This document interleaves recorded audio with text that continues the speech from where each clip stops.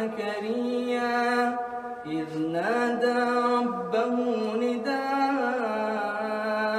خفيا قال رب إني وهن العظم مني واشتعل الرأس شيبا ولم أكن بدعائك رب شقيا. Who is Jay? Sure. I'm Jay. I'm from the UK. I'm 25 from a tiny town in the southwest of England. I'm a travel blogger and I share my journey of traveling all over the world on my YouTube channel.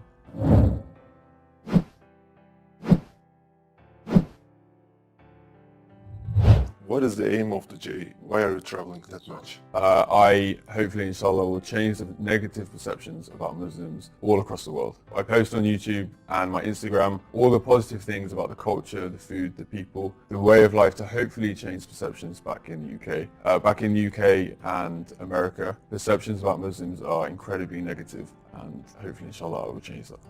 In one of your videos, you said that you love Pakistan and Turkey more than other countries.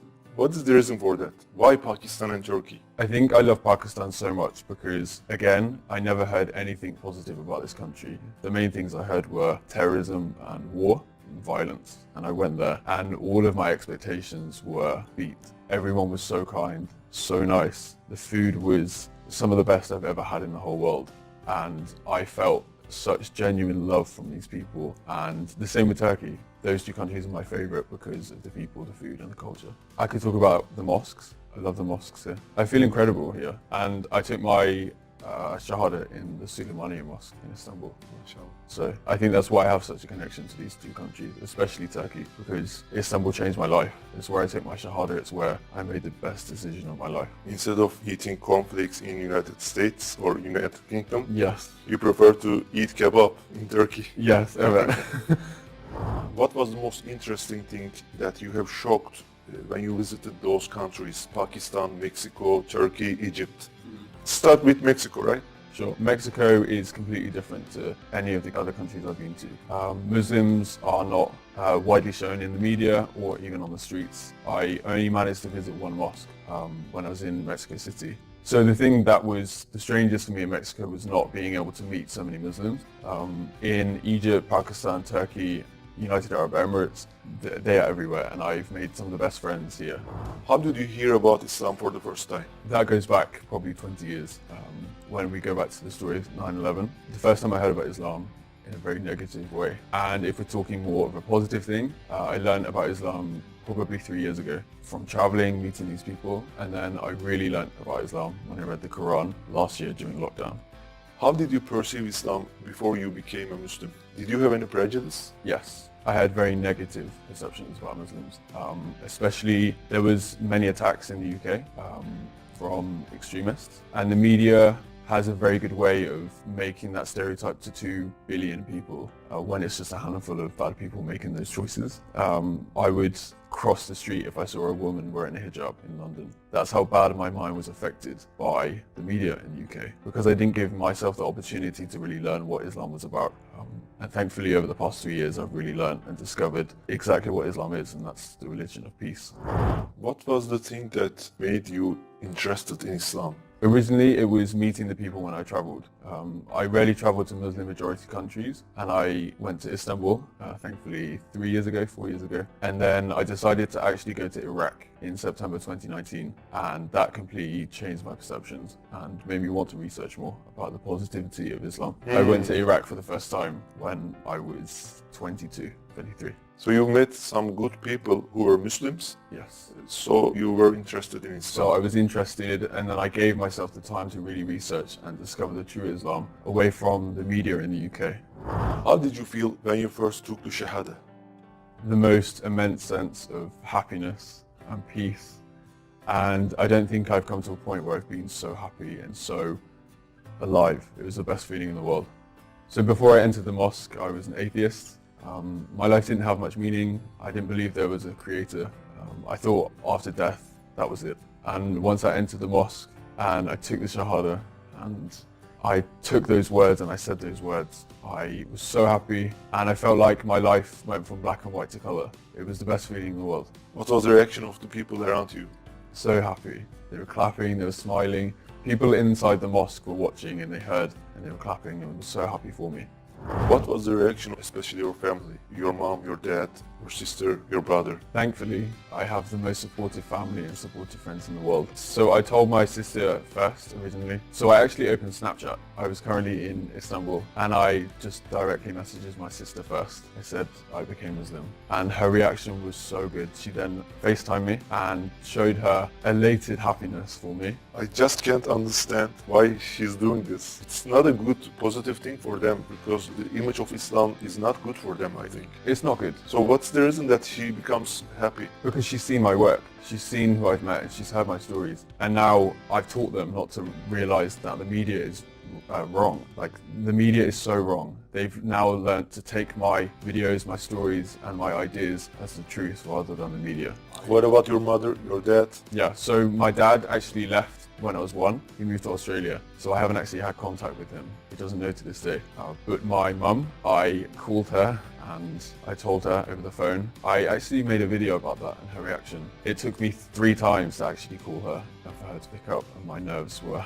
You couldn't say. I was struggling so hard, but I told her, and her exact words was something along the lines of, I'm smiling like a Cheshire cat. And Cheshire cats are very much known to be always happy, always chirpy, always funny. And that was her exact words actually, I'm smiling like a Cheshire cat. And from that day onwards, I have never had a bad word said. I've never had a bad idea said about Islam to me. And I'm very grateful that my friends and family were so happy and are still with me to this day, because it would have made my journey a lot harder if I didn't have them by my side with me. In Islam, we have to pray, we have to fast during Ramadan, and we have some other things. Did any of them seem difficult to you before you become Muslim? Yes, they all seemed incredibly overwhelming. Especially as in the UK before I became a Muslim. I was on this journey alone. During lockdown, I couldn't see anyone, I couldn't practice with anyone. It was very difficult. Still to this day, I still get overwhelmed. But now, thankfully, after a lot of practice, a lot of work, I've got to the point where I can do anything with ease. How did you make that research? From internet? Which videos? Which speakers? Many YouTube videos, many stories that I've met from the people on the streets, and actually reading the Quran itself. Can I ask this question? If it's private, just pass it. Your family are atheists, so you're Muslim. What do you feel about them? Are you praying that they become Muslim someday? Are you telling the truths of Islam to them? Of course I am. Every single day I'm talking to my family. I wish though one day I could talk to my dad about the journey I've been on and talk to him about Islam and the real Islam, because I'm scared he still has perception about Islam, and one day I hope to change that. And I know thousands of people will watch this episode, and I hope they pray for my friends and family to hopefully find the beautiful journey of Islam one day in their life. Sure. Before you become Muslim, I guess that you were dating, you ate pork, and you also drink alcohol, I guess. Was it difficult for you to stop all this when you become Muslim? So firstly, pork, I haven't eaten for a very long time, probably since I was 10, so that was not an issue, and I definitely don't miss it. Dating, I haven't had a girlfriend since I was 17, so dating for me doesn't work. Also, I don't have the time when I'm traveling, so even if I wanted to do it, I couldn't. And alcohol, I stopped drinking alcohol in 2019. So the year before I even became Muslim. What was the reason that you stopped drinking alcohol? I drank a lot at university.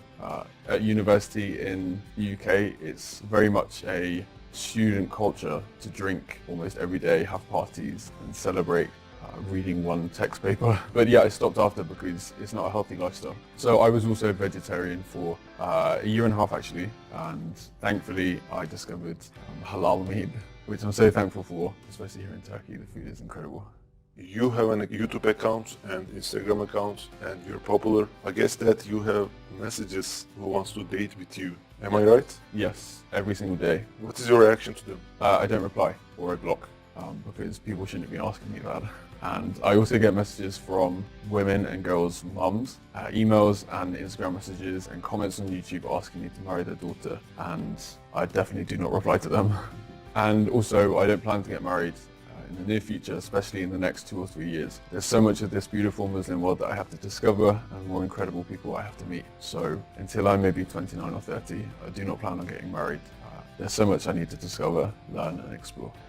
Why didn't you stay as an atheist and need to do some research about Islam? Sure. I'm a very inquisitive person. I think that's why I travel and that's why I want to learn. I had time and I studied international journalism for my master's degree, and I learned about the media and how they were completely wrong about Islam, and of course I took my inquisitiveness. So I've always been a very inquisitive person, someone always eager to learn about cultures, people, language all around the world. And during the coronavirus pandemic, I had a lot of time and I decided to put that time to good use and discover what makes the people I meet so kind, so loving and so peaceful. And that all came back to Islam. And that's when I decided to read the Quran, watch YouTube videos, learn more about Prophet Muhammad, peace be upon him, and everyone else. And it's been amazing. Who is Muhammad ﷺ for you? He's incredible. And I don't think I could find a better word for him. And I think everybody on this planet can learn a lot from him. And they could definitely put his life story into their own life and be a lot more loving, a lot more giving, and a lot more accepting. If there was a chance to speak to whole non-Muslims in the world, especially for the ones who have prejudice to Islam, what would you like to say if you had 1 minute? Learn from your own personal experiences, not the media. Travel the world, travel to Muslim majority countries, and give yourself the opportunity and the time to speak to Muslims and learn about their journey, their stories and their life, because I promise it will never be what the media says. And also when you travel around the world and if you see any kind of negativity, just know that Islam is perfect and Muslims are not. We are very nice to meet you, brother. Thank you so much. Your journey, your story is very interesting. Inshallah, your aim is great. Inshallah, you will be succeeded, brother. Inshallah, I can keep doing this until the whole world finally has a positive view